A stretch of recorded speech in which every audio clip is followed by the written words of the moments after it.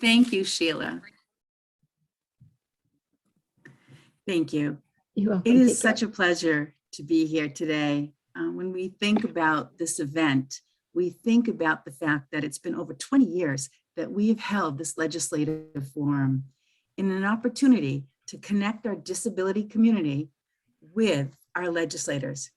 It's been such an important annual event held at the Mass School of Law with over 100 attendees year after year.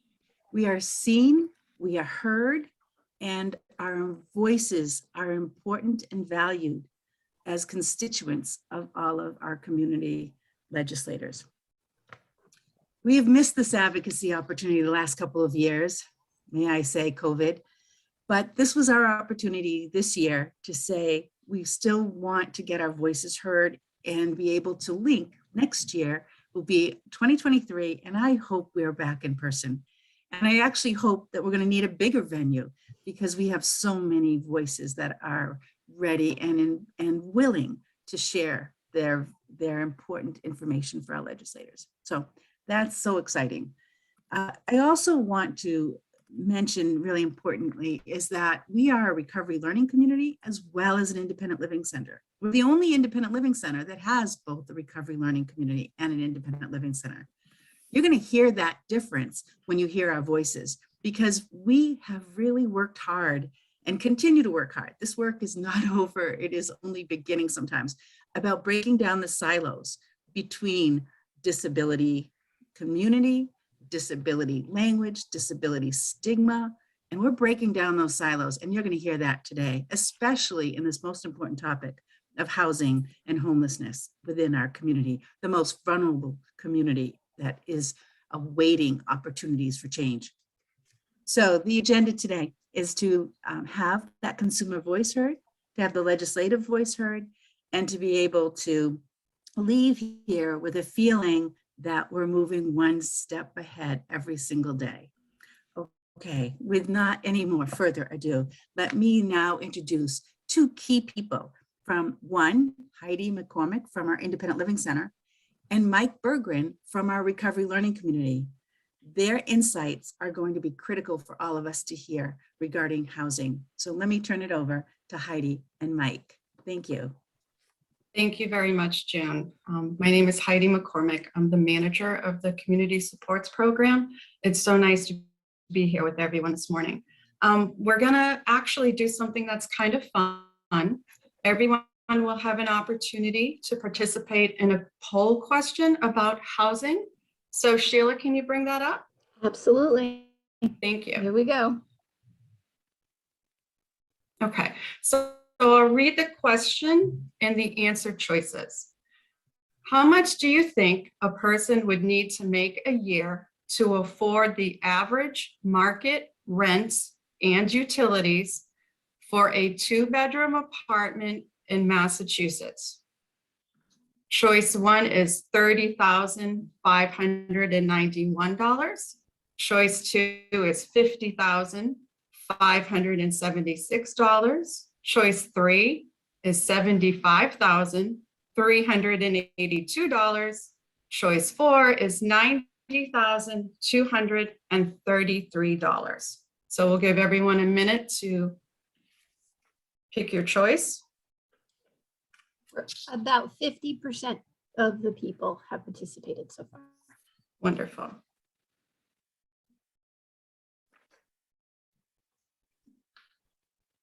We're at 70% now. 80, almost there.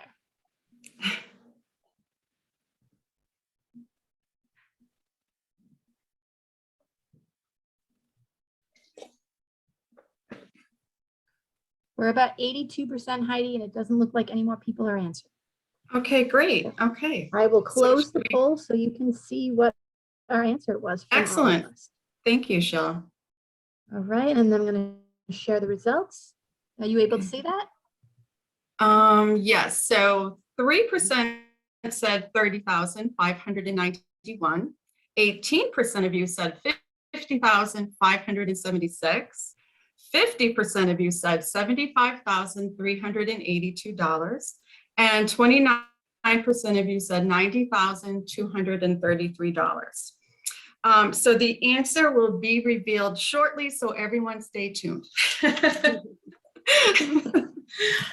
I'd like to welcome our distinguished guests and NILP consumers and staff. Thank you so much for joining us today. Again, my name is Heidi McCormick, and I'm the manager of the Community Supports Program. The Community Supports team includes myself, Rebecca Puentes, William Sanabria, Shelley Bergeron, and Maureen McGaugh. Community support staff provides services for several programs, including options counseling and nursing home transitions. We all wear many imaginary hats, but what isn't imaginary is the need for safe, accessible, and affordable housing. It's safe to say that the majority of the people who call us are in need of some kind of housing assistance.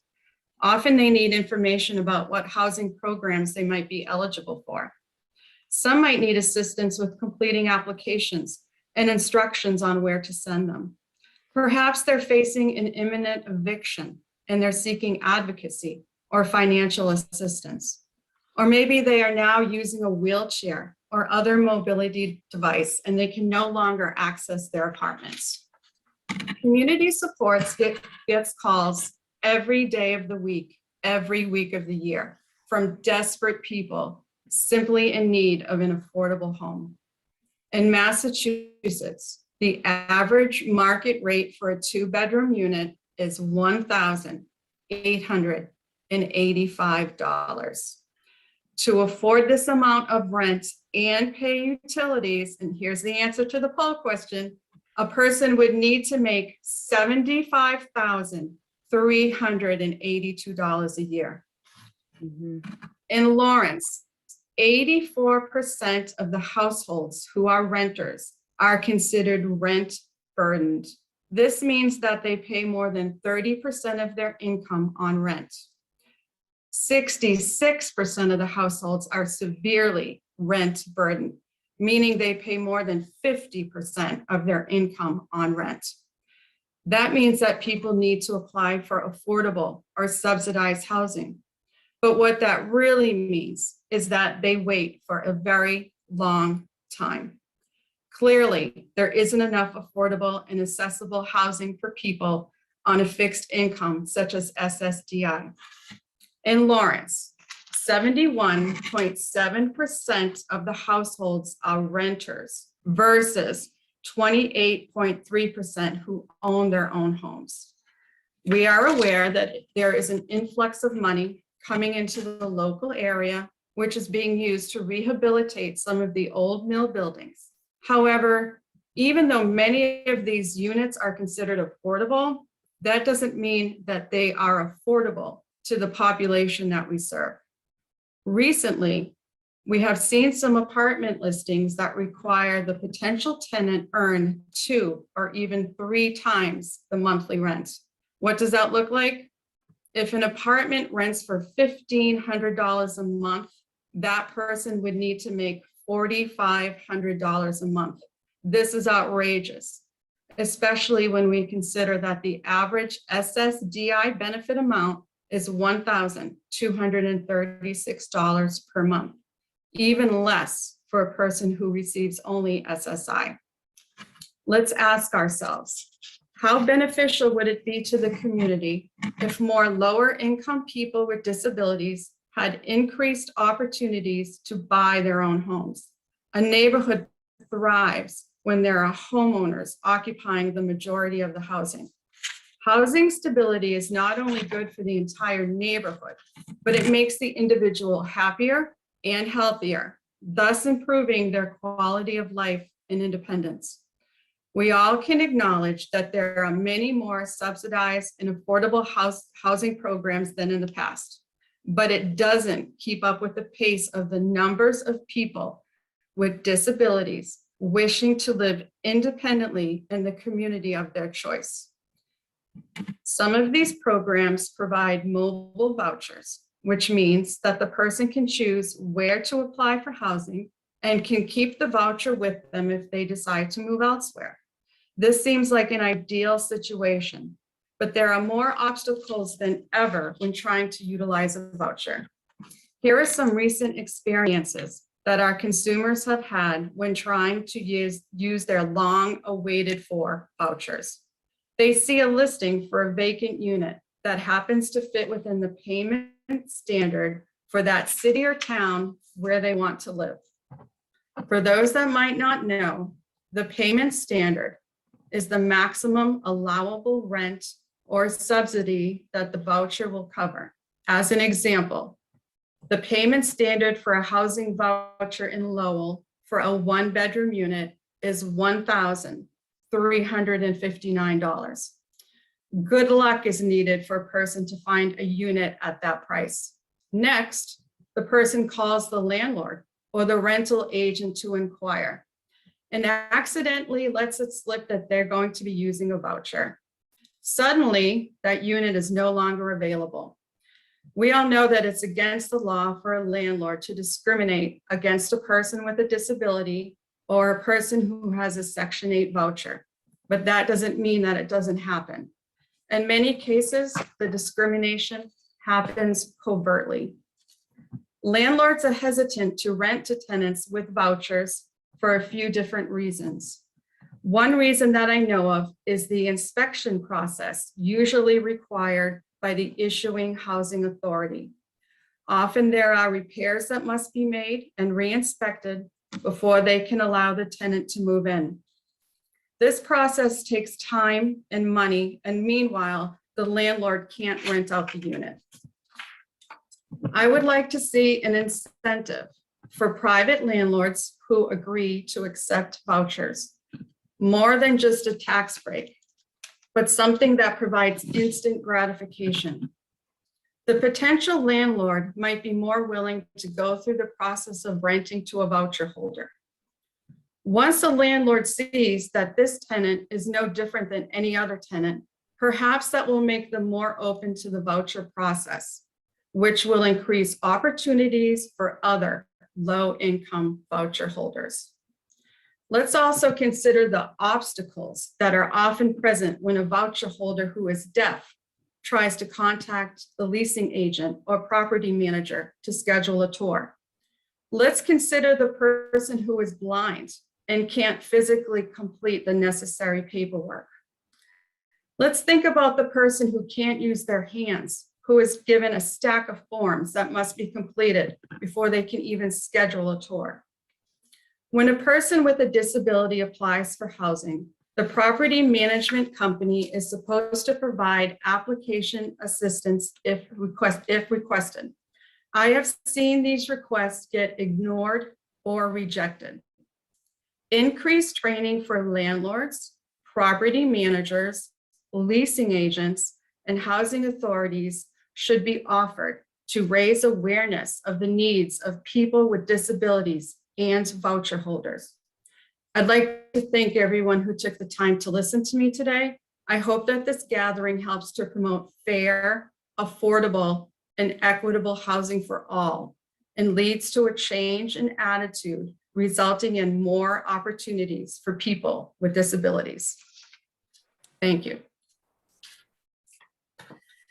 Thank you, Heidi. My goodness, what sobering statistics. Let me now introduce Mike Berggren from our Northeast Recovery Learning Community so that he may talk a little bit about the homeless perspective of housing. Mike, take it away, please. Thank you very much, June. My name is Mike Berggren. I work for the Recovery Learning Community, a part of NILP. I'm a certified peer specialist and a recovery coach. I am someone who is in recovery myself. I am out on the streets in Lowell and in Lawrence and in various other areas. I come in contact with a number of people and have befriended people throughout the 10 cities, throughout the streets and the alleyways, and throughout the shelters of Lowell, throughout various agencies and providers. And I would like to share just a couple of experiences, specifically just to what it is my role is and what I do. And honestly, what I hope more people will look to do See, I am, I suppose, what would be labeled a recovery worker. You don't need to be in recovery to do this type of work. That is a common misconception. It is a common misconception that you need to have information that is personal to you, that is your experience, so you could go and support someone, to sit with someone who may be struggling with substance use or mental health crisis, disability, homelessness, developmental disorder. It is often that misconception that causes the separation that I see in the society, where people suddenly have these opinions of the other, of this worthless group of people that are out in the streets, you know? And we meet people where they're at. And it's a very simple concept. Wherever that person may be, they do not necessarily have to be in recovery, quote unquote. They can be someone who one day wants a new life. They are making changes. They are making a positive change for their future, for their present. And whatever that looks like, it looks different to everybody. So for an individual that experiences homelessness, one of the greatest barriers, beyond the systemic barriers, beyond the structural barriers, are the personal barriers. The anxiety that comes from trying to figure out exactly what to do. How do I get out of this? How do I find a solution? What's the point? And the self-indoctrination that goes on with this. There's people in Lowell that have been living on the streets for 10 to 15 years, if not more. There's people that have been living out there in their 20s for a couple of years now. They're so accustomed to this. There's no rules when you're out in the streets. You know, aside from, you know, hiding away from police and local law enforcement, you get to do what you want. You get to live your own life. But the problem is, what gets lost for so many people that I see is their humanity. They forget, and other people look at them as though they are trash, as though they are just discarded human waste. And I would like to speak for them, because I myself, what you're looking at, as well as those who are incarcerated and those who struggle with substance use and have mental health disorders. I am a person who is a felon. You're looking at and hearing from a felon right now. People have all these ideas about who a felon is, what a thug is. You're looking at it. You're hearing from this person. And I want you to know that so many people who are coming out of incarceration are facing the exact same challenges. Their options are often to go to a shelter if they do not have the proper supports put in place. Just like individuals who are on the streets, the supports are emergency services, are shelters and soup kitchens. Talking about inclusionary zoning, you know, bringing in the idea that it is beneficial to support individuals who are low income. Low income does not determine a lower human value. It just doesn't. Individuals are struggling, especially since COVID, as June said. But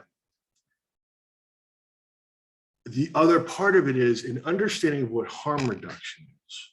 So one of the most important tenets of harm reduction is the idea of non-judgmental, non-coercive provisions provided for a person, with a person, not given to a person. Specifically, it is often used for substance use, but in this case, it is the same for housing. Asking people what they would like, because so often, and even in my experience, when I was released from incarceration, or simply I was moving someplace different, there were no options. And, you know, obviously there's personal accountability for me too. I accept that. But when there's no options available, and I walk through Lowell and I see dozens of abandoned buildings, and I see dozens of abandoned structures in Lawrence, and I see all these places that hold property value, but they're being used to cater to maybe students, which is fine, that's great, right? But there's so many people why is it that we place this value on individuals who are doing well, but the individuals who are not doing well just get swept aside and ignored? They're just thrown in the trash. And some people, the perception is that some people can't be reached. But is it that? Or is it that the effort required is actually very difficult to process? I've sat with individuals on the streets out in front of the old courthouse in Lowell, right past one of the UMass Lowell parking lots, right? And I've sat with individuals while they injected drugs. And I just sat and listened to them because I wanted to know who they were, not what their addiction was. I didn't care about that. Now, for me, I come from a very judgmental mind. I do. I've had a very judgmental mind. So I had to learn from people on the streets what they wanted. To have one day be able to look up and have safe housing, to have lighting, to have a bathroom access on the streets, to be able to look out a window. The very simple things that I often take for granted. I'm not talking about, a glamorous lifestyle, just simple provisions. Harm reduction is a big, and I'm going to provide some information as well, because there have been studies in Canada where there's the combination of both harm reduction and housing that have been incredibly successful. There's a program in Boston called the Victory Program that provides outreach to individuals with substance use challenges, with mental health, with HIV, hepatitis C, who have been on the streets, who have been incarcerated. They've helped a number of individuals. There's solutions out there. There are solutions, and we truly need to get together and talk about them, to think outside the box, not just to stay within these systems that we've kept for ages. We need to discard these. We need to think differently. So I'm going to end right there, and I appreciate your time very much.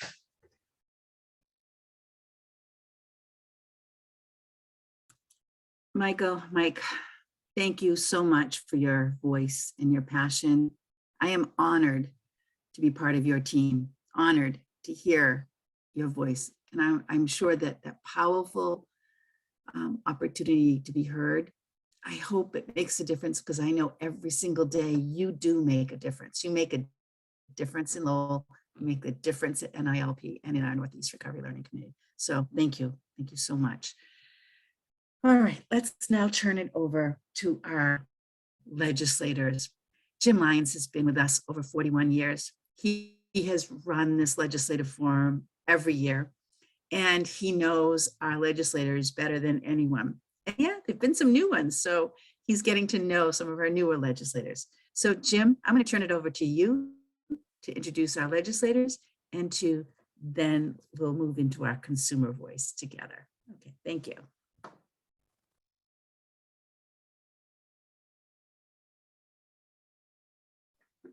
Morning. Hi, everyone. And I want to express my appreciation to everyone who's spoken so far. You've done a great job. And I have to say that I've been taking some notes and learning some very important things from you already this morning. And I'm sure everybody else is as well. As you know, I'm Jim Lyons, and I've been here working with Northeast Independent Living Program since November 1981. And I remember the day when we were on 429 Broadway at our office in Lawrence, which was our first little spot. And we had eight staff back then. And I do remember, I believe it was a winter's day at a staff meeting we had at approximately 1984. And we were discussing with our colleagues at the time, Nanette Goodwin, and I give a shout out to Nanette, who's here. And Charlie Carr was our executive director at the time, and Susan Halloran, the assistant director, and our other colleagues at the time. And I don't remember if it was Nanette or Susan who said, why don't we go ahead and have an event where our consumers, can come and talk directly with their local, state, and public officials, and express their concerns and interests and suggestions directly to them, and have a dialogue. And so we went ahead and did that, and we called it the Legislative Breakfast, and it's the Legislative Forum right now and today. So we've been pretty much doing this ever since then, with a couple of exceptions that June and Sheila mentioned, the COVID issues. So thank you all for coming. And I hope you enjoy our model, which is the ability of people, who participate in the program, as well as staff, because remember, we are consumer controlled. And that means that what we do is greater than 50% of our staff board have to be people with disabilities. So we're consumer controlled. So staff and consumers express their concerns, and we have the opportunity for you to speak up and ask questions and express yourselves. So anyway, without further ado, thank you for listening to me for a little bit of history, and I hope you found it interesting.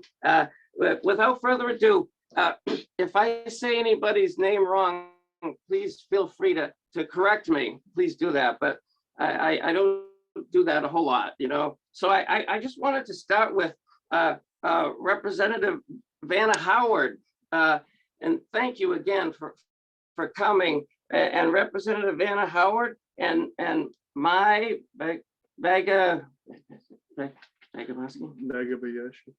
Nagabayaski are here, and I invite you to say a few words to our program participants and constituents at this time.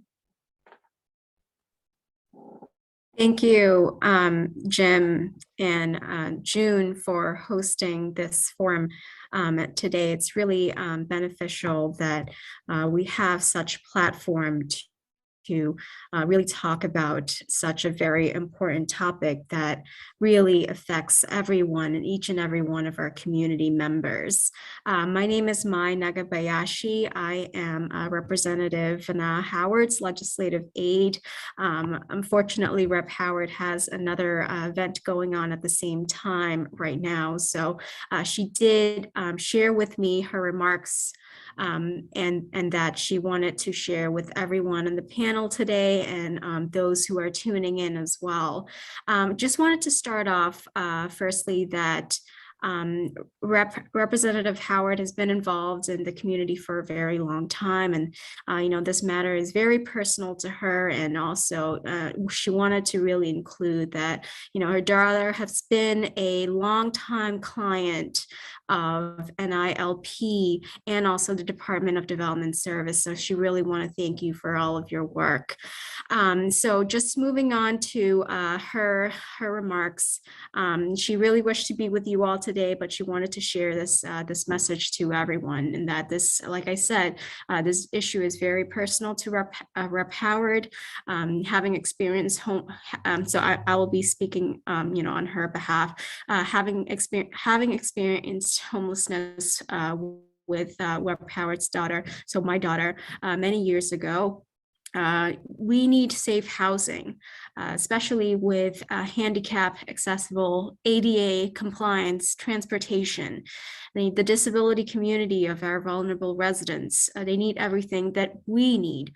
We need to approach this matter with empathy and compassion. Just last week, Representative Howard joined the Joint Committee on Housing Chair Jim Arcero to visit the Lowell Transitional Living Center, the shelter here in Lowell, and the legislator is working to get increased funding for them on the upcoming budget debate. So she's really grateful for the advocacy from our housing advocates, our providers, healthcare institutions, are nonprofit and philanthropic leaders who are committed to transforming our homeless response system and advancing long-term housing solutions throughout our region. But we need to do more. We need to build on housing infrastructure and wraparound health services that will create solid foundation for economic recovery by advancing housing stability and building a stronger safety net that addresses the complex health needs for our vulnerable residents. The ARPA funding, which went towards housing funding as well, specifically the $150 million, which went towards supportive housing. Chair Arcero and the House of Representatives shepherd critical funds for the state housing needs. So the state legislators too have helped lead efforts to earmark $600 million for housing needs across the Commonwealth and unanimously passed spending proposals utilizing the ARPA funds and also the fiscal year 2021 surplus funds as well. The $600 million will be redistributed towards a variety of measures that will help those struggling with affordability, maintain home ownership, stable housing, while in Massachusetts from recovering from the COVID-19 pandemic. In addition, this $600 million allocation also include $150 million towards supportive housing production, housing for chronically homeless individuals, survivors of domestic violence, our senior veterans, and she wanted to share that the chair of the housing committee and members are committed to housing preservation, production, affordability, and addressing homelessness in our Commonwealth. And finally, she wanted to also share a very important bill that she has been a longtime supporter of. It's House Bill 3838, which actually include utilization of this funding. So an act to create and implement a Massachusetts flexible housing subsidy pool program. And this bill is sponsored by Representative Joan Machino to address the medically complex needs of disabled men, women, children experiencing homelessness. So she unfortunately, it's sad she wouldn't be able to join today, but she really and strongly encourage everyone to reach out to their representatives to support this bill. So really thank you for giving this platform to share her remarks. Thank you all.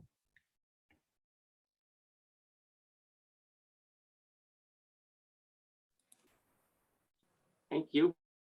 Thank you, Maya, and thank you to the representative. You've provided a great deal of positive support and great information to us. Thank you for coming this morning to be with us and the representative and all of your support. And that's an absolute fact. I tried to write down the information, the details, House Bill 3838, and capture all of the information that we really need that you shared this morning, Maya. Thanks again. So, and have a great day and have a wonderful weekend. So just to repeat, if I say anyone's name wrong, feel free to correct me, but next, I would like to introduce our great contact again, and one of our two supporters for, I'm trying to remember how long, at least 10 years, and this is from Senator Diana DiZoglio, and Tom Arsenault is here this morning, our wonderful friend, and always there when we need us, and there's so many great things I could tell you, but let me introduce Tom Arsenault. Tom? Can you guys hear me? Yep. Oh, great. Yeah, I was having some technical difficulties there for a moment, but I'm back online. Well, thank you so much for that introduction, Jim. And I'll be very brief in my remarks. I am here on behalf of State Senator Diana DiZoglio and the biggest message that I just want to convey is our absolute support for NILP and all the programming that you guys do, and just all of the initiatives that we've talked about today. I actually just want to give a brief shout out to an attendee that I see on the call, Brian Coppola. Brian is an individual who lives in our district and who suffers from certain disabilities, and I've worked with Brian very closely over my time in the office, and he's really just given me a lot of insight into the community at large and just all of the ways that legislative offices can really make an impact on individuals that again are suffering from disabilities. So I guess just the main message that I want to convey is that our office is going to continue supporting all these initiatives. We're going to continue to advocate for increased funding, whether that's in the budget or the passage of bills, which again support addressing these systemic issues in our communities. And again, I want to thank everyone for being here today and NILP for all it is that you guys do. So Thank you, Tom. And this is June. You've been great with our Dignity Alliance work, and great to see you. I'm just going to interject Jim for a second, because I did hear from Representative Minicucci is in transit and will not be able to speak, and it looked like Representative Baranowski was also unable to speak due to some of the technical challenges right now. So I just wanted to mention that. And I think we're just going to really need to keep it really tighter, because I know that we want to get to our consumers' voice as well. And if the legislators could just introduce themselves and say just a couple of very important cogent messages, similar to what Tom just did, which was very short and helpful. So Jim, please go ahead and introduce the remainder of the folks who are our privileged guests today from our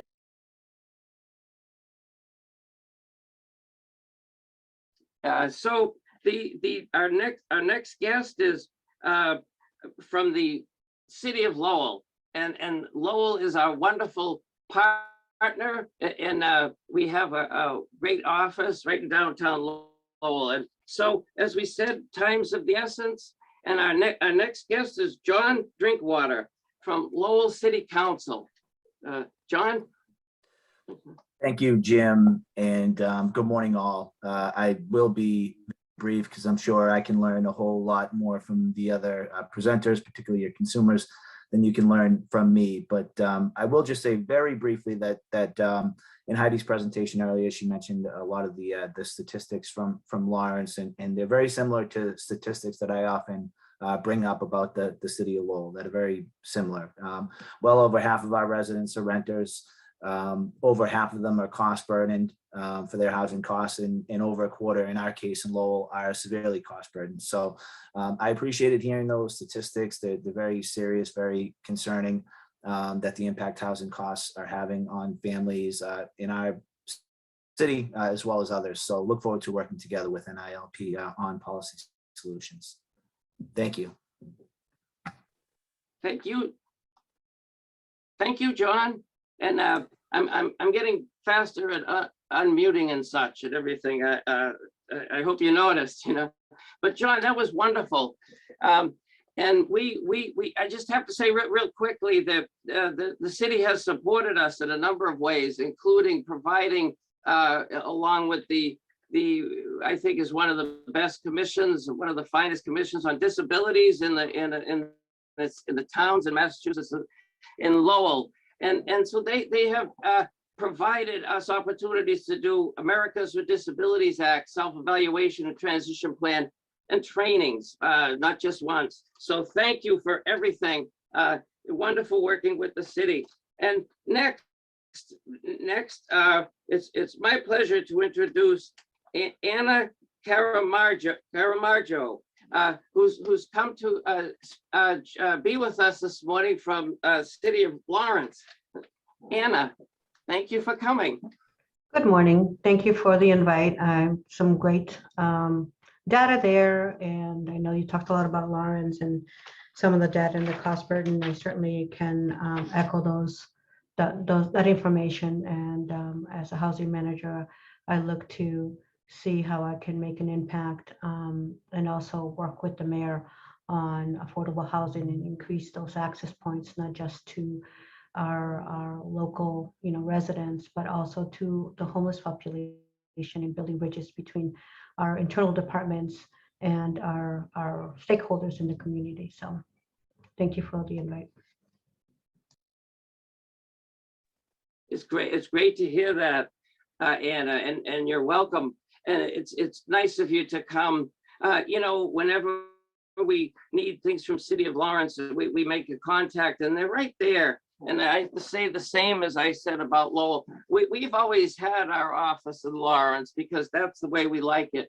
We love being here, and we thank you for all of your support. Many, many times Lawrence has supported us.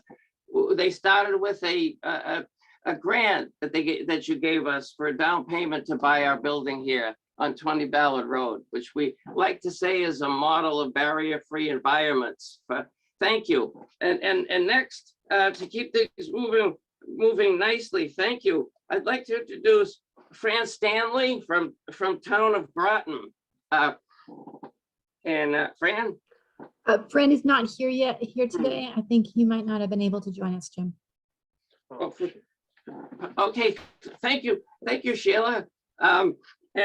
Sorry about that. So our List over here in the chat. so our yes.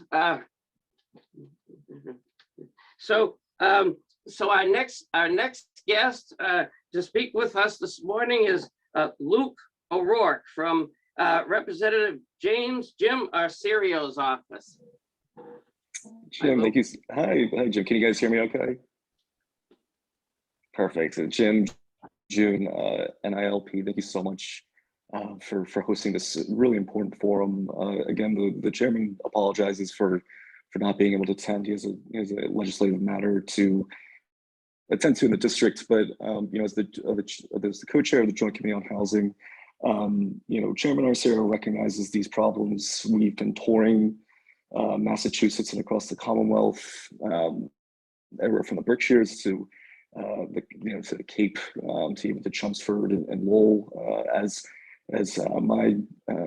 May just mentioned from Rep. Howard's office. He recently just visited the Lowell Transitional Center. So the chairman recognizes how important advocacy forums like this are to making important policy decisions, to really and hearing from the ground, on the ground, just real life stories that are applicable and the reality that people are facing. So he really appreciates this forum and this time, and so anything that our office can do to help out, we're here. I'll leave my contact information in the chat. But again, thank you so much for hosting this important forum today.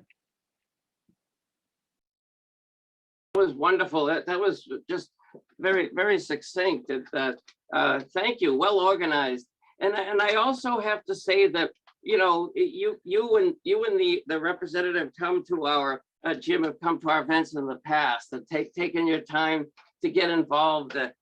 The upcoming State Independent Living Council Day, State House Day, which I think is virtual this year. You've been there in the past, and when I personally and my colleagues have contacted you on email, you've always been there to respond and help out constituents, and thank you very much.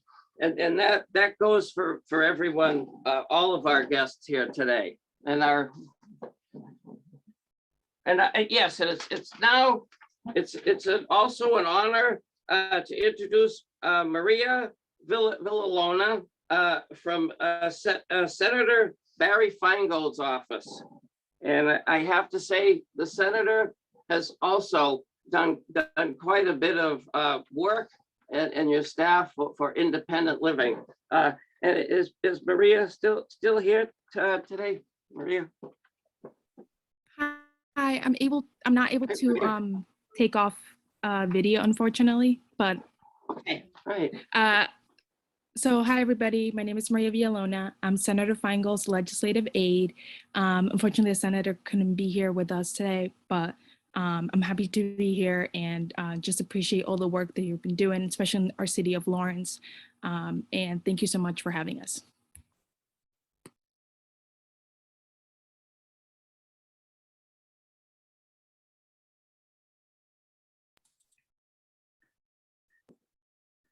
Thank you for Thank you. those. Thank you. Those encouraging words this morning and your time. And you know, the senator has we go back a long ways, and I could share stories of battles we fought to make life better for all of us, to make life better for people with disabilities. Barry was there for us. Thank you. Next, I'd like to introduce Lauren Noonan from Representative Tram Noonan's office. And once again, I can't say enough for all of the great things that she's done for our consumers, the constituents here this morning, and everyone who looks at the tape later. Lauren. Hi. Sorry, I also can't start my video, but I'm just an intern here on behalf of Rep. Wynn. Thank you so much for having us.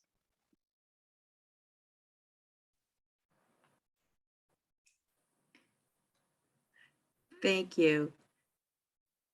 Jim, we also have Mary Ann Nay. If you could introduce her, I see that she is ready there with her hand up. Thank you, June. I'm very excited to introduce Mary Ann Nay, whom I've known for a very long time, and she is the legislative aide with Senator Bruce Tarr's office and the select board chairperson in Boxford, if I may say. Thanks for coming, Mary Ann, this morning. I'm excited and happy to see you.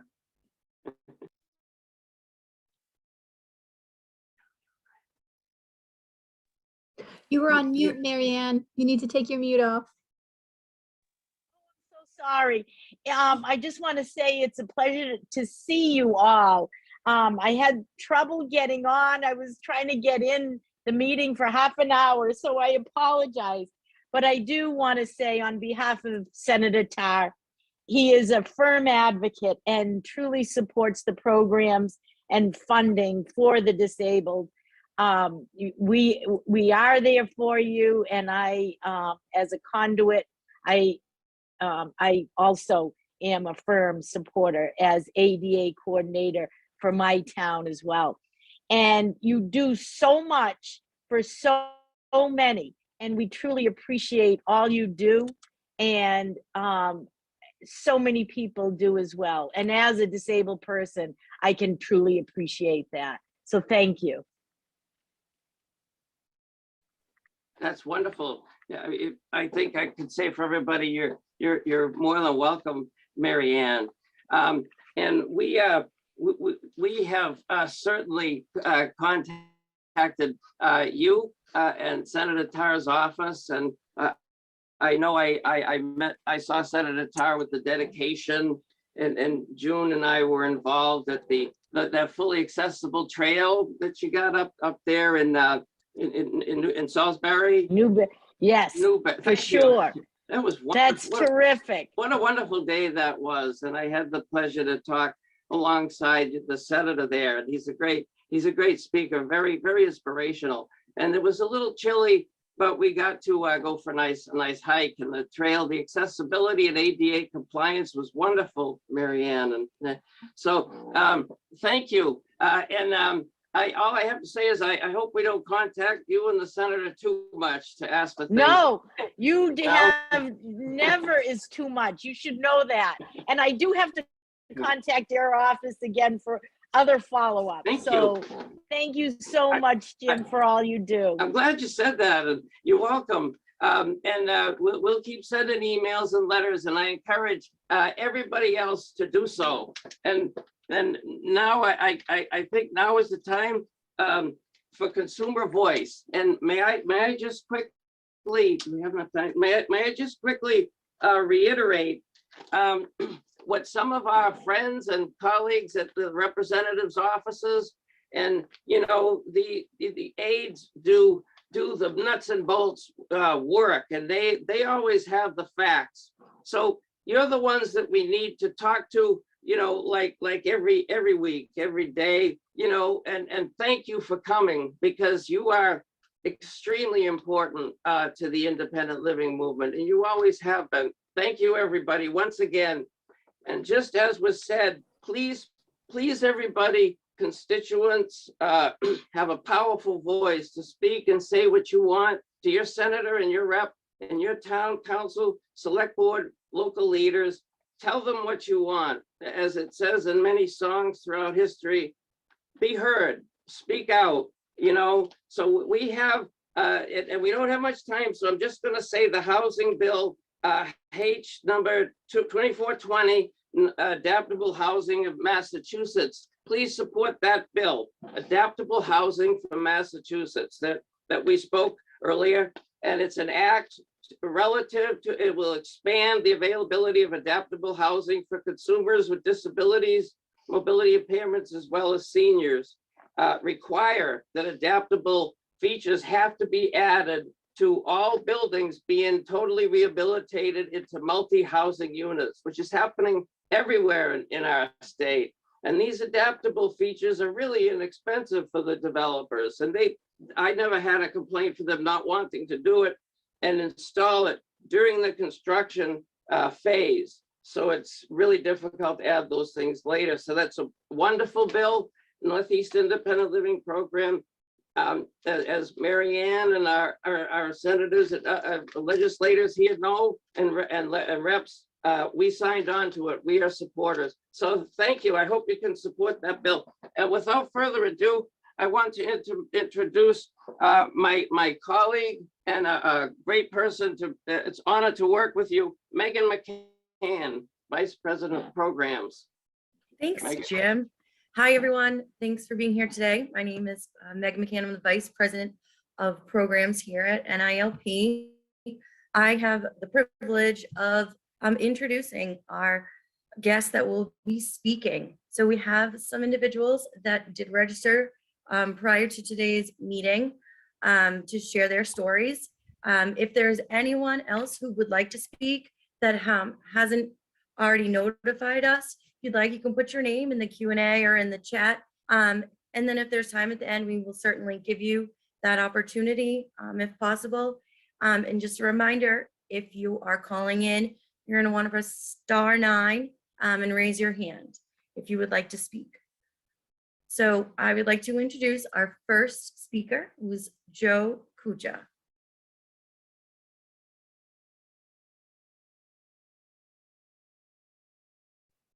Just a second, we got to get that feature to work, Nick.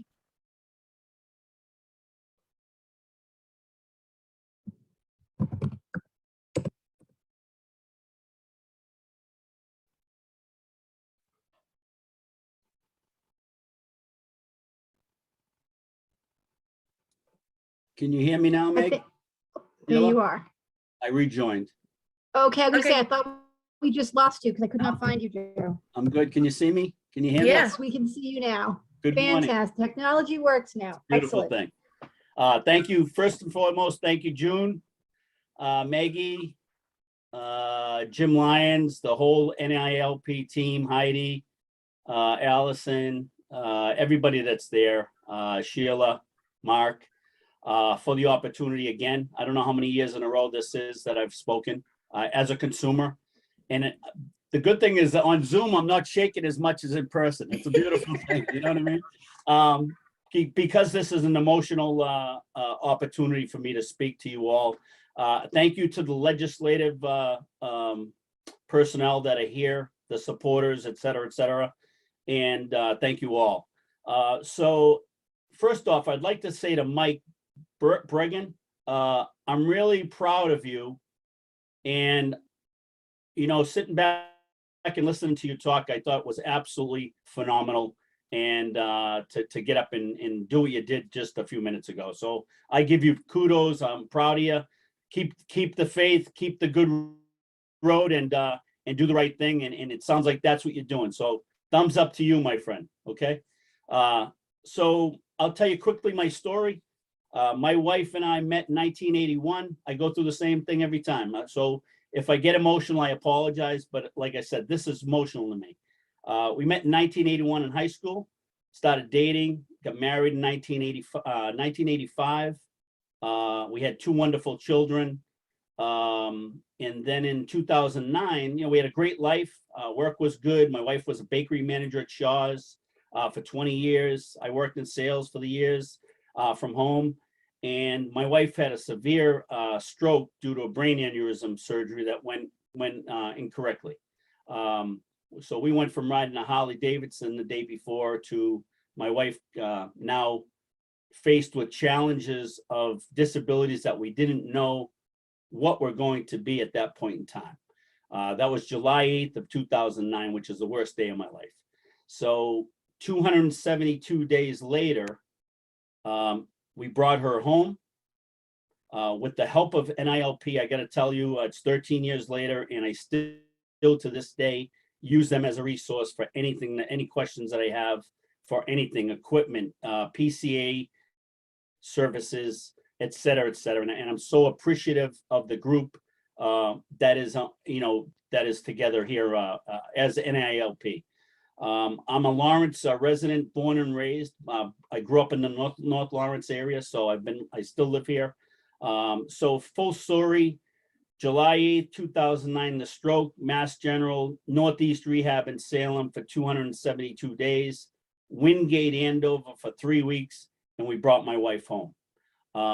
Fantastic, scary, not knowing what we faced, the challenges of now my wife being disabled with a wheelchair, bringing her home.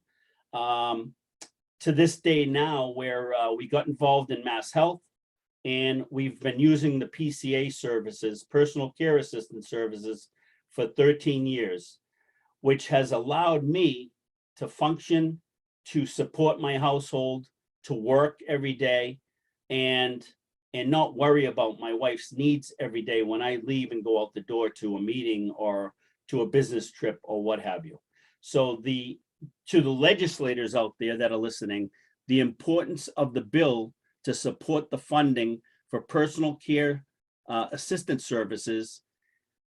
I can't even imagine not having this, because I don't think I could ever work enough and make enough money to support having PCAs take care of my wife here at home. So fortunately with the Zoom, I was able to put some numbers together that I think are really important. Over the last year, for PCA services that that Mass Health has spent, it's been about $65,000, and I have 4 of them working for me, and they go different shifts, multiple shifts. And again, I'm very fortunate and appreciative of this program. For 6 months that my wife was in the hospital, it was the total bill. I actually look back at it because I think it's a very important factor. And this goes back 13 years. It was $393,000. So for the fraction of the cost to Mass Health, to the state of Massachusetts, and everybody else, I'm able to, number one, have my wife at home where she's comfortable, but number two, save the state and the Mass Health program so much money, which I think is, I never did this before, and I just did it this morning. And I think it's a huge factor for you legislators to think about. And that's just me. That's just my personal usage as a consumer. So right now, 13 years later, my wife is still disabled. We have rehab with her every week. We have 3 wonderful grandsons that we share with June Collin. To be honest with you, she's my son-in-law's mother, believe it or not. Talk about a small world, right? And we missed you last night too, and I hope Francis is okay. But long story short, I couldn't imagine not having this program to support having my wife at home. Over the course of 13 years, if I wasn't able to take care of her and she had to be put in a facility, the state of Massachusetts and Mass Health would have cost them an exuberant amount of money. So I think it's very important that the legislators think about this, make note of these numbers, and take that back and really push to make sure these bills stay in place. So I thank you so much for the opportunity, Megan, June, Jim, Allison, Sheila, Mark, the whole team at NILP. Again, you guys know what I think of you. I call all the time. I'm not shy. These programs that they support and the people that they support are so needed in this community and other communities. I can't say enough about it. So please, please, please continue to support these programs and NILP. And I sincerely thank you all for the opportunity to talk. Thank you so much, Joe. You are welcome. And I hope everybody enjoys your day and weekend. And thank you again. Thank you very much, Joe. Thank you for sharing your story. You're welcome. Certainly is powerful, and the data really is certainly eye-opening. So thank you for the specific information. All right, so the next person that we have on our list is Catherine McWhinney, which I do not see in the panel, in the attendee list, but I'm not sure if she's on the phone. So we'll just give it a minute or so. If not, we'll move on to the next person, Sheila. Yes, Kathleen, if you are either of the participants on the phone, can you raise your hand so that we can allow you to speak?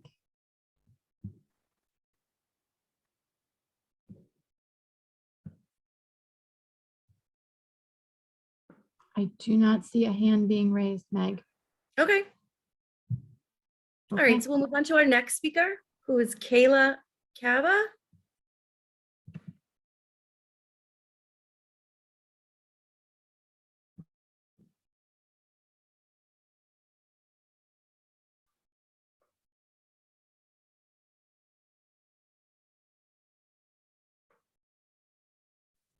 Great. Hi. Well, thank you so much for having me. My name is Kayla Kaba. I am 36 years old. I am also Miss Lawrence Petite, so I am currently competing for Miss Massachusetts as well. I am disabled. I've been disabled now for about a year. I have Crohn's disease. I've had it for 10 years, and due to my condition, I was given a permanent ileostomy bag.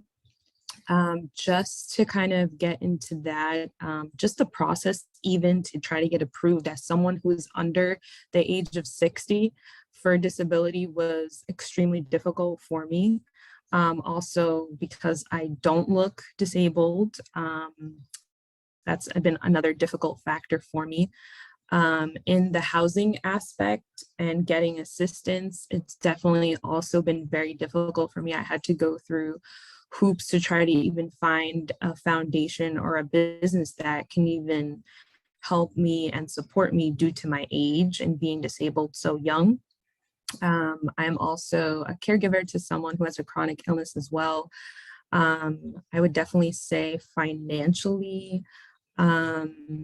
being disabled has been very, very difficult. I'm very thankful for all the sources that are available. I definitely feel there's not enough, and there's not enough, I guess it's not clear where I can even go to try to get these resources. I've done a lot of work on my own. I'm hoping there's certain things out there that I'm still looking for and in need of that I haven't been able to find. I have a lot of like doctor's appointments I'm still in need and trying to get a PCA at the moment. It is definitely something that I need. But again, like I said, I'm not sure of where to find all of these resources as well.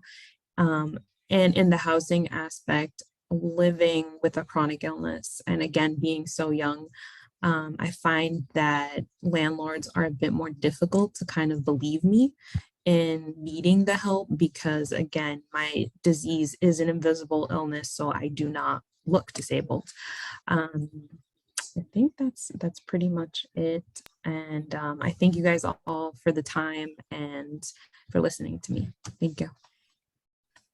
Thank you so much for sharing your story and your experience, and best of luck as you continue on, through the pageant process.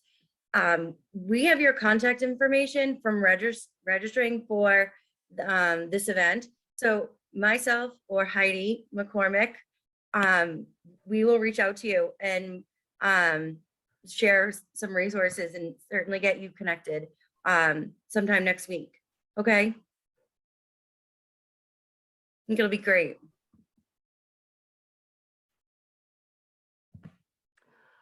So Megan, our next panelist is Spanish speaking. So I just want to take a moment to give an opportunity for our Spanish interpreter to come out of the Spanish channel, and also for that consumer to also come out of the Spanish channel and come into the English channel so that we all can hear both of you.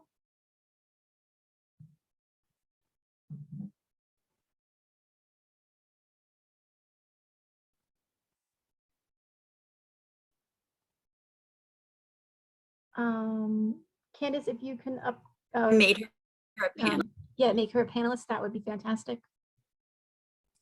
And promoted her to panelist. I think she just needs to accept it. Okay. Okay, this is Narda, correct? That is correct, Narda. Okay. Our Spanish interpreter, are you in the main room? Yes, I can hear you. Okay, great. Just... So our next guest is Narda DiBercio.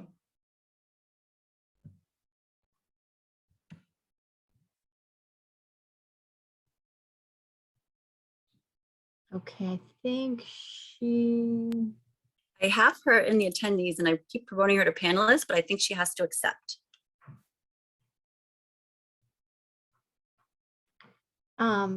Can our Spanish interpreter in the other room or each room say that aloud for us, please, so she can...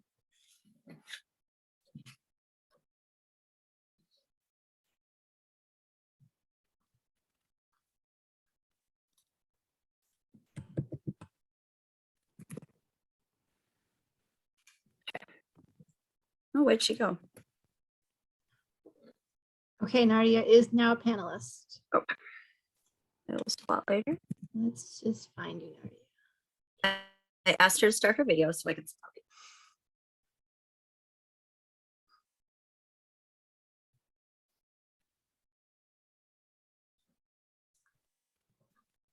Okay. Here we go. Him, sorry. Great, welcome.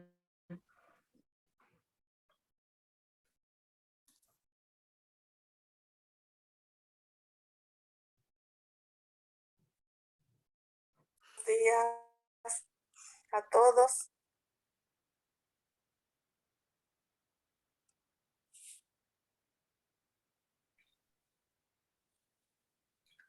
Sheila, we can't hear the interpreter that's interpreting in English. No. No, that's interesting. I can hear you. What channel are you on, interpreter? Do you have an off option? No, only the host can hear. If any, do you have an English? What channel are you on, Meg? Oh, I have no idea. How would I know that? As far as I understand, everyone should be able to hear our interpreter as long as you're on the English channel. But you know what? I'm going to take you off as an interpreter. You are Christy. There you go. Let's try it now. You're no longer an interpreter. Oh, can you hear me now? Mm-hmm. Okay.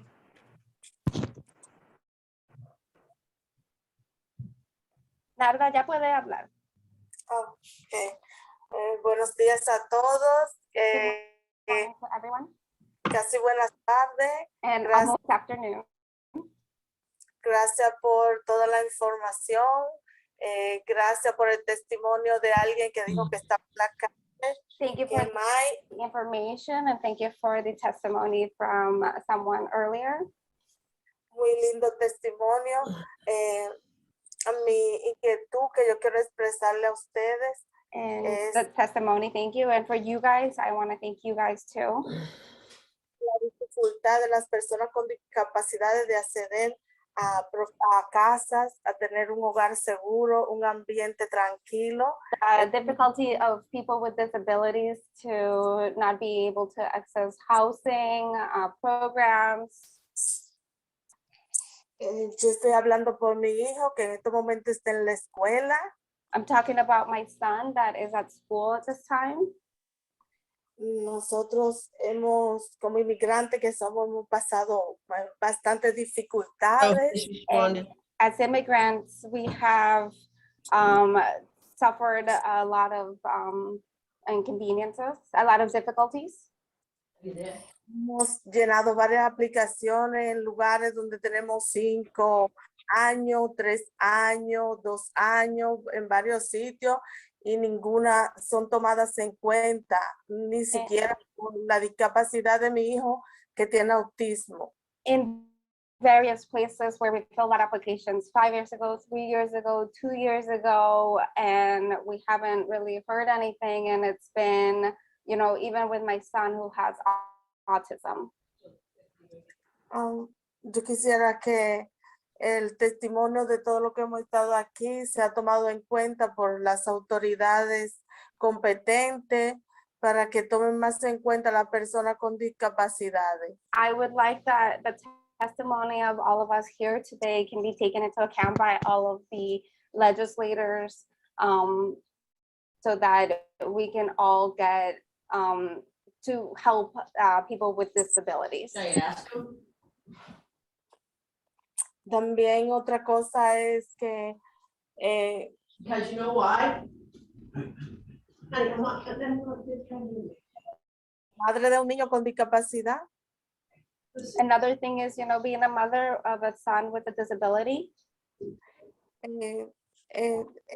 Es algo que yo pienso que es primordial. Mi hijo va a cumplir 21 años. I think it's something that is paramount because my son is going to turn 21 years old. So, lo siento, 22 I'm años. sorry, 22 years old. Entonces, yo pienso que a las escuelas, si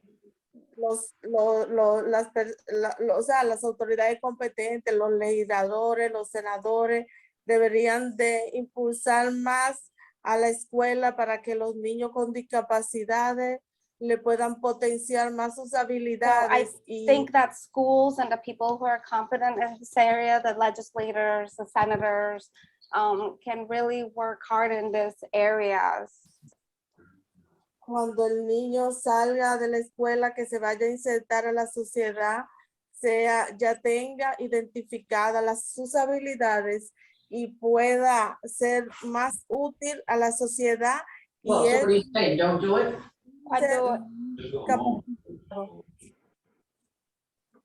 When my son, you know, when the child gets out of school and is going out into the world, into the community, that his abilities, his or her abilities can be fully identified.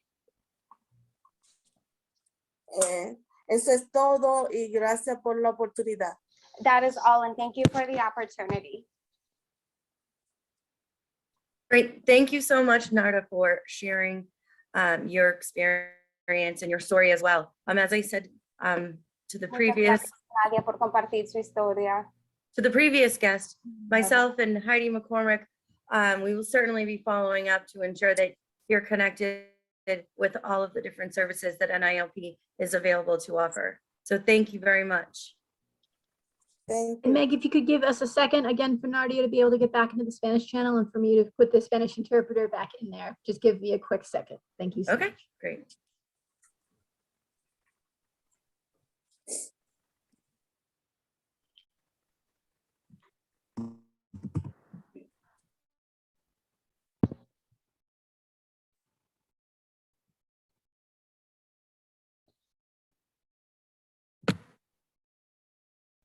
Okay, Christy, if you could just speak for a second, I believe you should be back in. Yes, I cannot hear you. Okay, great. Thank you so much. All right, we are ready to move on, and our next person did arrive, Meg. Great. All right. So our next speaker is Marie DeRocher. welcome, Marie.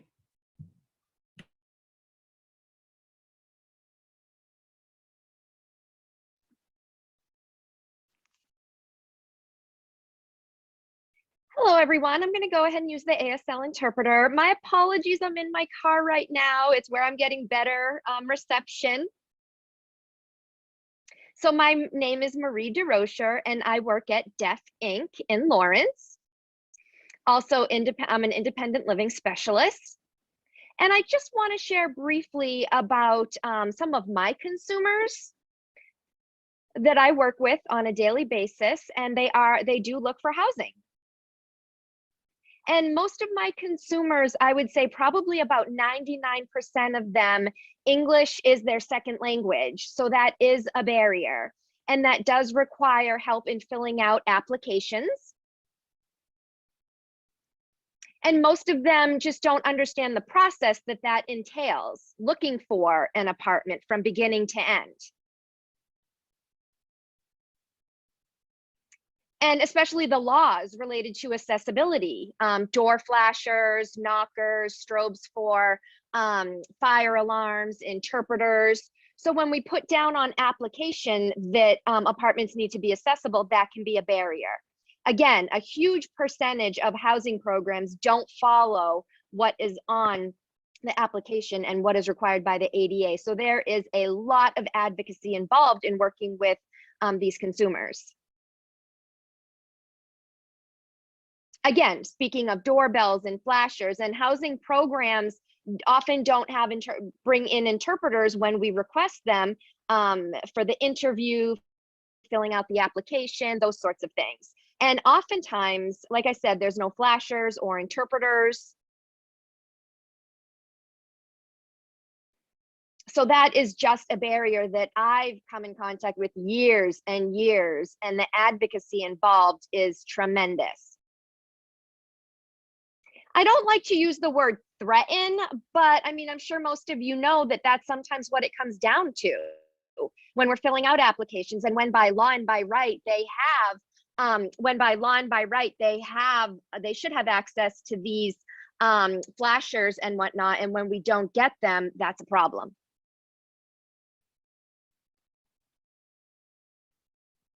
And one last thing I wanted to add is my consumers who are looking for subsidized apartments, obviously they can't afford the rent and need some assistance, and they need that certification every year.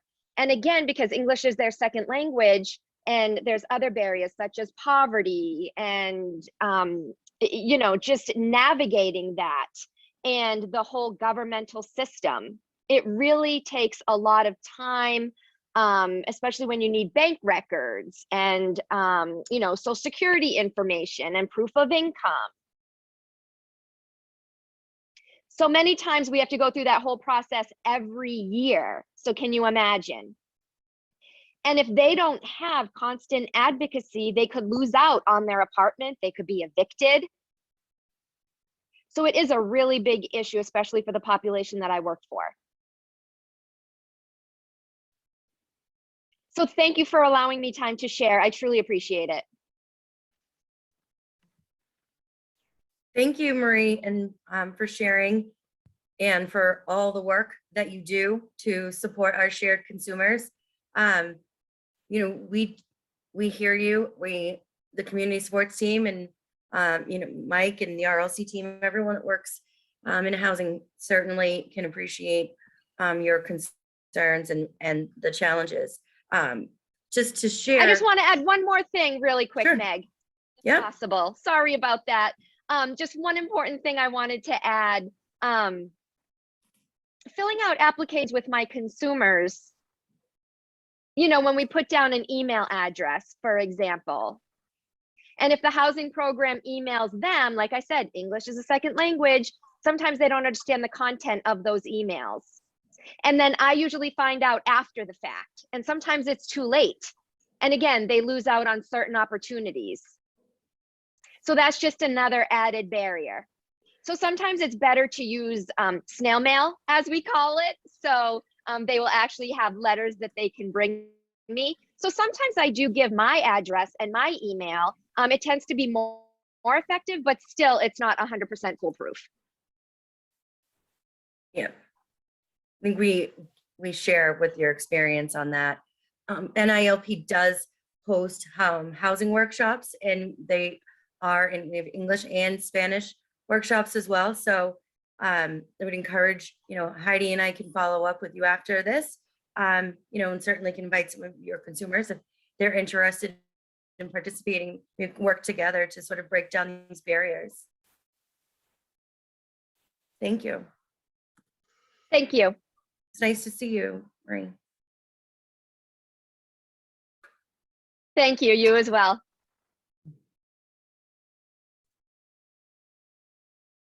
All right.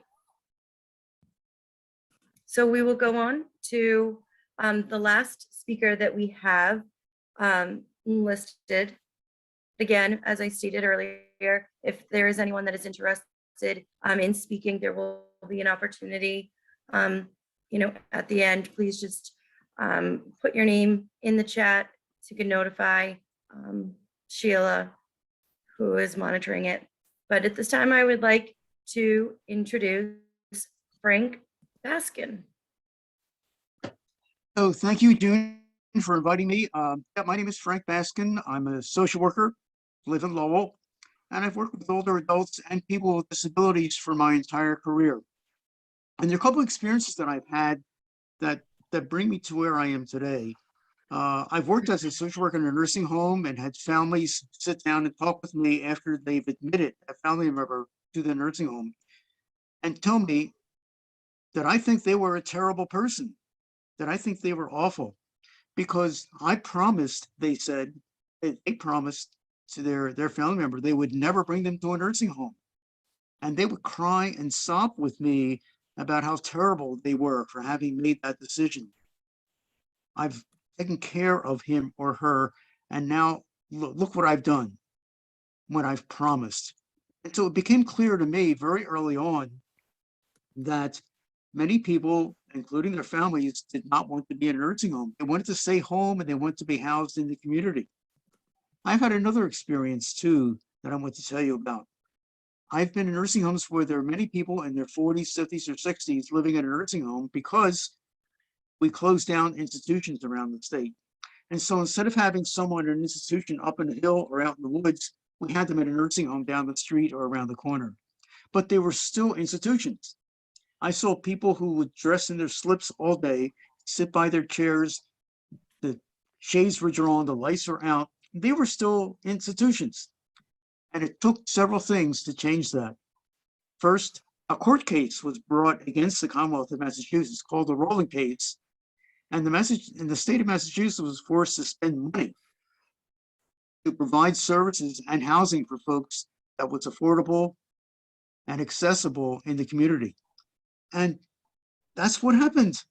All of these folks who were living in nursing homes who didn't need to be there were housed in the community with proper housing, affordable housing, and accessible and wraparound services that made it possible. And then one other thing happened more recently. The state was able to get money from the federal government for something called Money Follows the Person. And NILP has what's part of that program now. And I saw even more people. I saw people who were quadriplegics leave a nursing home and live in the community. I never thought that would be possible, but it was, and it has happened. I've seen people with combinations of behavioral impairments and physical impairments leave nursing homes and be provided for in the community and living in the community.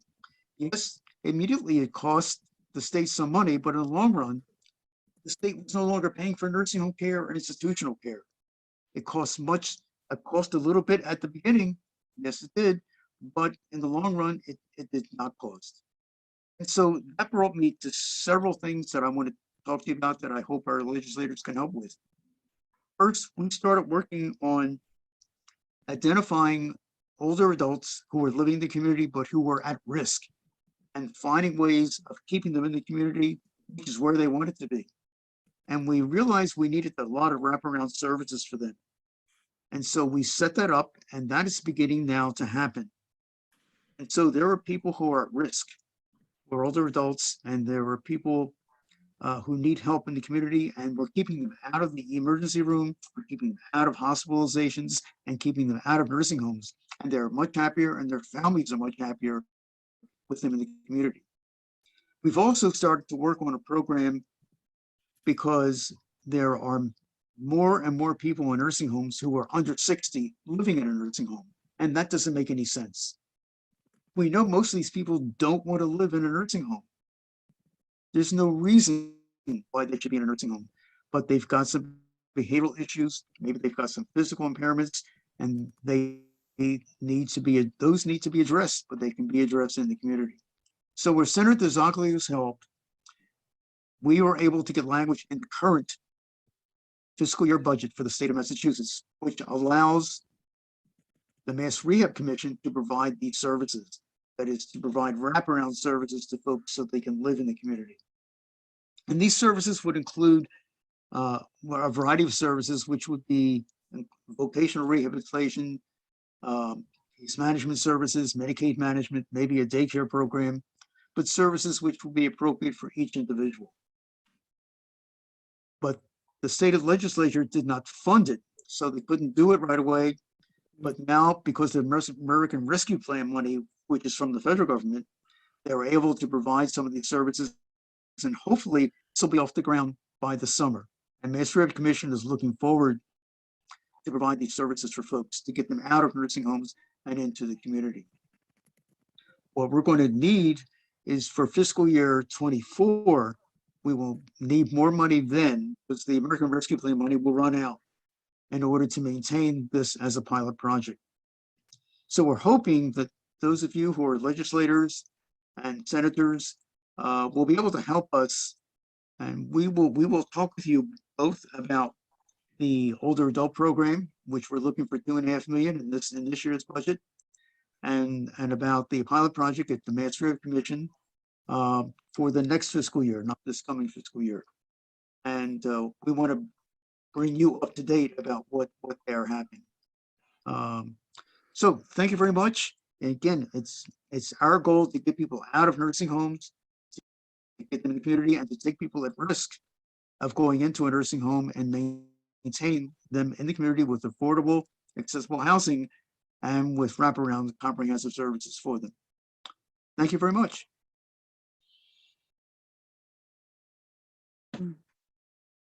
Thank you, Frank.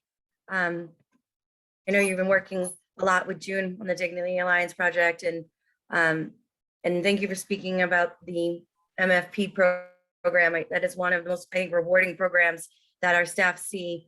Really being able to give people the opportunity to live as independently as possible. So thank you for highlighting that, and thank you for all the work that you do as being an advocate for the community. We have some additional persons that would like to speak.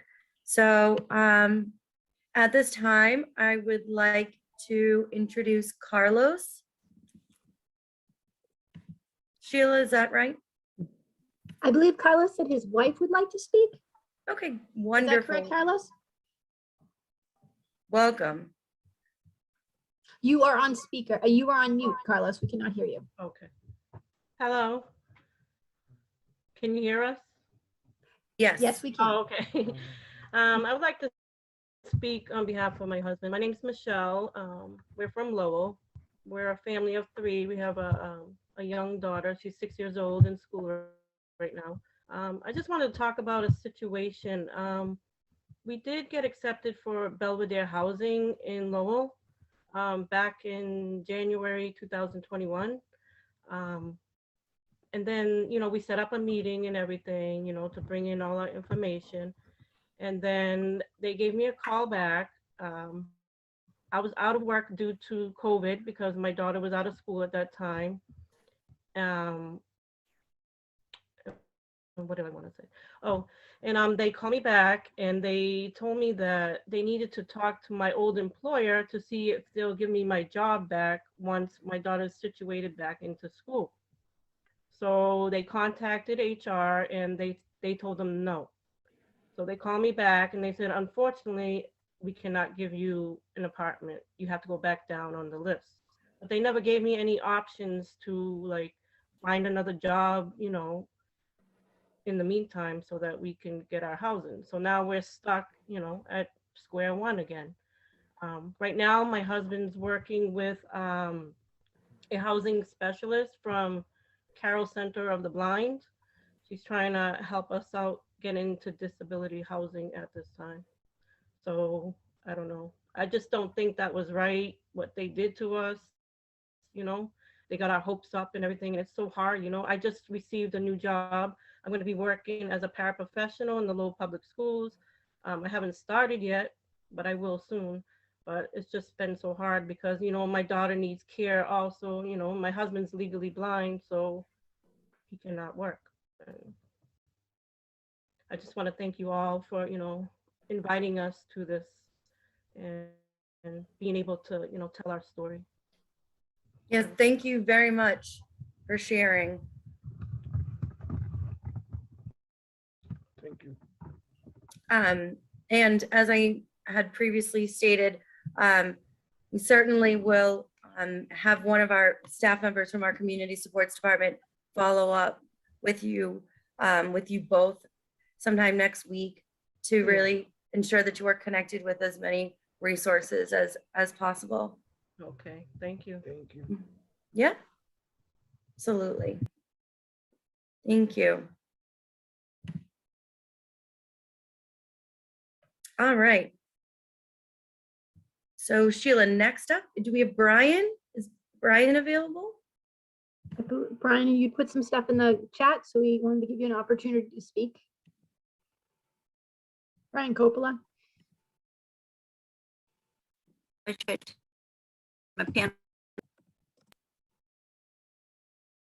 I'm asking him to be a panelist so that I can spotlight him. Okay, hold on.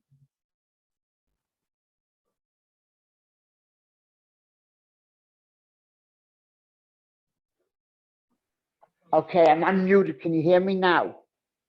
Yes, we can hear you. Thank you. Okay. Okay, yes. I'm speaking because of yes, I have once been put to a top of a waiting list, okay, in a housing authority in Watertown, because they deemed me a resident there because I went to Perkins School for the Blind. And then what happened was, my mother had recently died, and I went to tell them that there were changes now that I needed the housing, and all of a sudden I found out that since there was a computer conversion, and that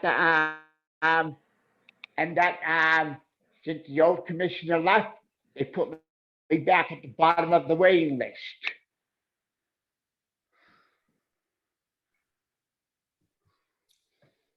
Okay.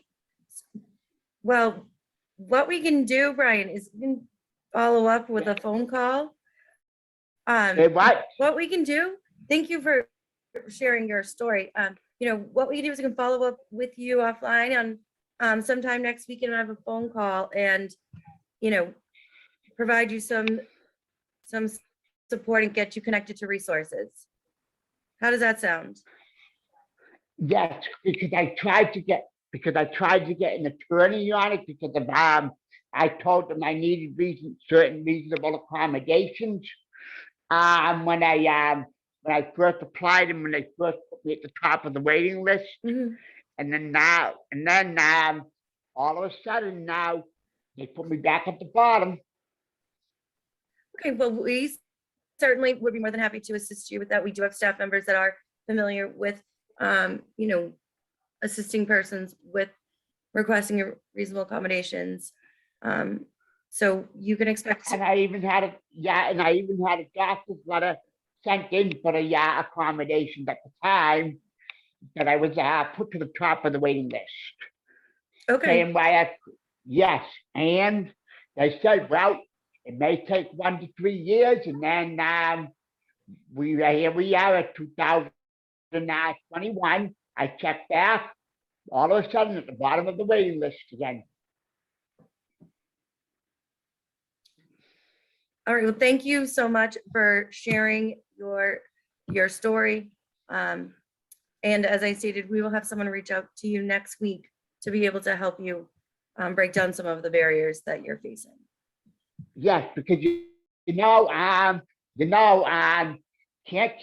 can't keep doing this stuff because I had no parents, and what happened if my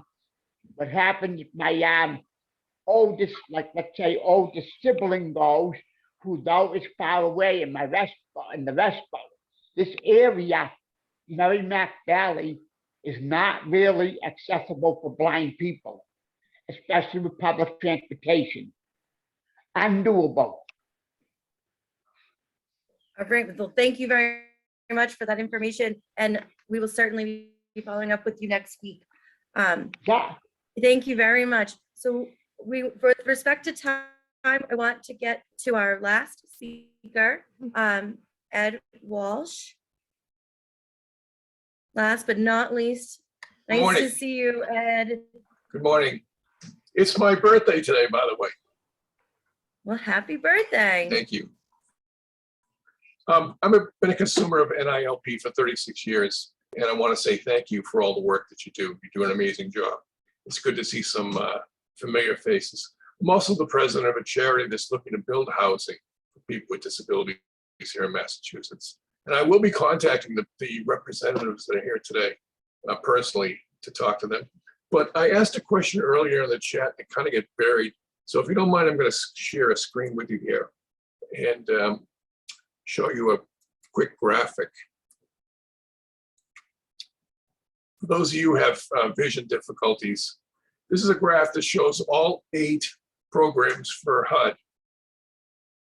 The blue bar on the far right, 56.6% drop, represents housing for people with disabilities. This is over a 7-year period of 2010 through 2017. How are we ever going to fix this problem if we take away more than half of the funding? We're not. I'm going to be contacting our representatives to see if we can fix this problem privately. And John Drinkwater of Lowell, are you listening? Are you on? I'm on. I'm here. Would you like an apartment building in your town or city that brings 100 union jobs, PCA jobs to your town? Absolutely. Good. I'll be calling you later on this afternoon, sir. Thank you. Thank you, NILP, for all you do. Appreciate it. Thank you, Ed, for your continued advocacy. So, Sheila, I'm just. At this time, unless there's anybody else who would like to speak, I think we have completed our consumer voice section of our program.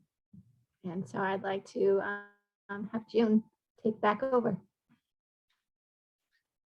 Thank you. Thank you, Sheila. Thank you to all our folks here, both panelists, legislators, and community member voices. This was an important dialogue.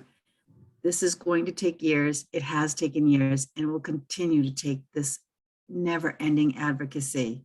Some of the statistics were eye-opening, and I think that that's important, that we look at the housing issues from all these different perspectives, whether it's accommodations, whether it's new buildings, whether it's new charities that are involved that have new ideas that we could perhaps all get behind, or whether it's really looking at the other factors of wraparound services, just transportation limitations for people with disabilities in the housing communities of their choice.